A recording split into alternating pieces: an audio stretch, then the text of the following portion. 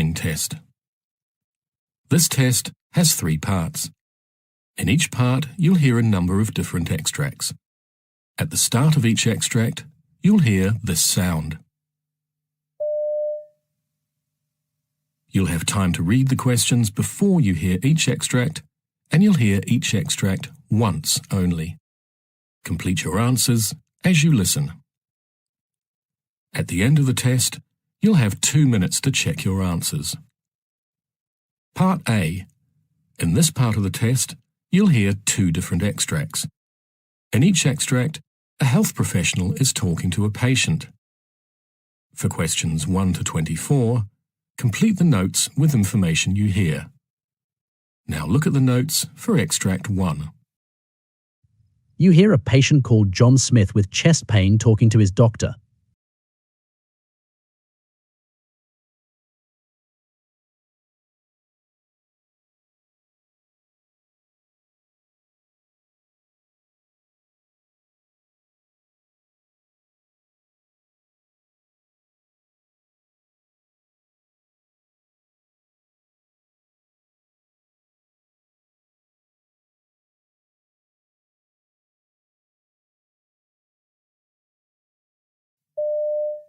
Good morning, Mr. Smith. I understand you've been experiencing some chest pain? Yes, doctor. It started suddenly last night, and it was really alarming. The pain was sharp, almost like a knife stabbing right into my chest. It wasn't just the pain that scared me, it felt like it was radiating out, down my left arm, and even up to my jaw. I remember hearing that chest pain spreading like that could be a sign of something serious like a heart attack, so I panicked. I took some aspirin right away, hoping it would ease the pain, but it didn't seem to have much effect. That must have been very frightening for you. Aside from the chest pain, did you notice any other symptoms that might be related? Yes, actually I did. I started feeling really nauseous shortly after the pain began, and I was sweating a lot, almost like I was drenched in sweat. It wasn't just a little bit of discomfort, I felt like something was really wrong.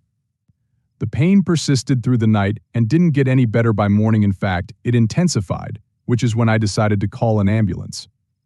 I've never experienced anything like this before, and while I don't have any known respiratory issues, my father did have a heart attack when he was relatively young. That history has always been in the back of my mind, so naturally, I was extremely worried. I can understand why you were so concerned, especially with your family history. It's important that we take this seriously and investigate further. Besides this recent episode, have you been dealing with any other health issues or changes in your health recently? Well, it's been a pretty stressful time at work lately, which hasn't helped my overall well-being. About 2 weeks ago, I finished a course of antibiotics for a chest infection. The infection cleared up, but I was left feeling a bit run down. I'm not on any regular medications, except for the occasional antacid when I get indigestion, which happens from time to time. I do smoke, though, about 10 cigarettes a day. I know that's not good, and I've been meaning to cut back. My last checkup was about 6 months ago, and everything seemed normal. Then blood pressure, cholesterol, all of that was within the usual range. Thank you for providing such detailed information, Mr. Smith. Given your symptoms and the factors you've mentioned, like the family history of heart disease, recent stress, and smoking, it's essential that we conduct a thorough examination and possibly some tests to rule out any serious conditions, such as a heart issue. We'll start with an ECG to assess your heart's activity and go from there. In the meantime, I want you to try and stay as calm as possible. We're going to take good care of you. You hear the mother of a patient called Emily Johnson having a pediatric consultation for rash on Emily's arms and legs.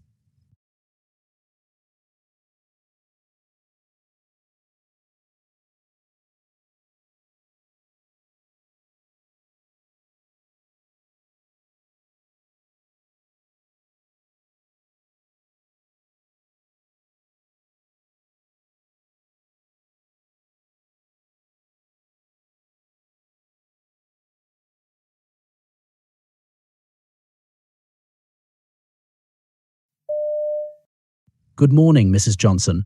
I understand you're here today because you're concerned about Emily. Can you walk me through what's been happening?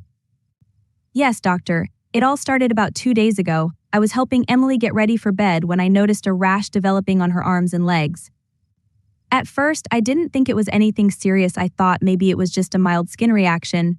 perhaps to some new soap or detergent we had recently started using. I didn't want to overreact, so I decided to just keep an eye on it. That makes sense. Sometimes rashes can be caused by something as simple as a change in skincare products. But it sounds like things didn't stop there. Exactly.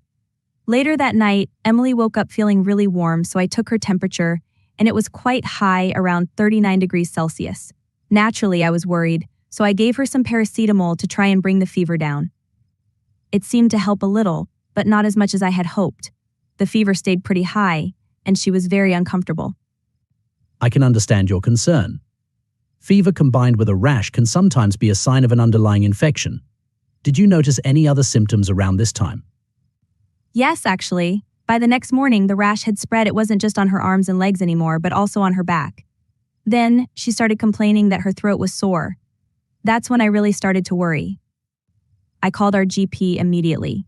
He told me to keep an eye on her and to make sure she was drinking plenty of fluids to stay hydrated. He said that if her symptoms didn't improve or if they got worse, I should bring her in right away. It sounds like you did all the right things. Staying hydrated is crucial, especially when dealing with a fever. How has she been since then? Unfortunately, she hasn't been getting better. Yesterday, she seemed more tired than usual, really lethargic, actually. And the fever hasn't gone down much, despite the paracetamol. She's not her usual energetic self at all. And it's really starting to worry me. I can see why you're concerned, especially with the combination of these symptoms. Has Emily been in contact with anyone who has been sick recently? Yes, there's been an outbreak of chickenpox at her school recently. Several of her classmates have come down with it, and the administration has sent out notices to inform all the parents about the situation. We've been monitoring her closely for any signs or symptoms, but so far, she seems to be doing well. She's up to date with all her vaccinations except for the flu shot, which we were planning to get for her later this month. We've always prioritized keeping her immunizations current to ensure she's protected against common illnesses, especially those that can spread easily in school environments. Typically, she's a very active and energetic child who loves participating in sports and outdoor activities. She rarely falls ill, and even when she does, she recovers quickly without any complications. Her strong immune system has always been something we've been thankful for. As for our family's medical history, there are no known allergies or chronic health conditions on either side. We maintain a healthy lifestyle by eating balanced meals, staying active, and going for regular checkups. Overall, we consider ourselves to be in good health, which we hope contributes positively to her well-being as well. That's helpful information. It's good to know that she's generally healthy and up to date with her vaccinations. Even so, chickenpox is a possibility we'll need to consider, especially given the outbreak at her school. We'll need to run some tests to determine what's going on and make sure we address her symptoms properly. I'm glad you brought her in today so we can get to the bottom of this.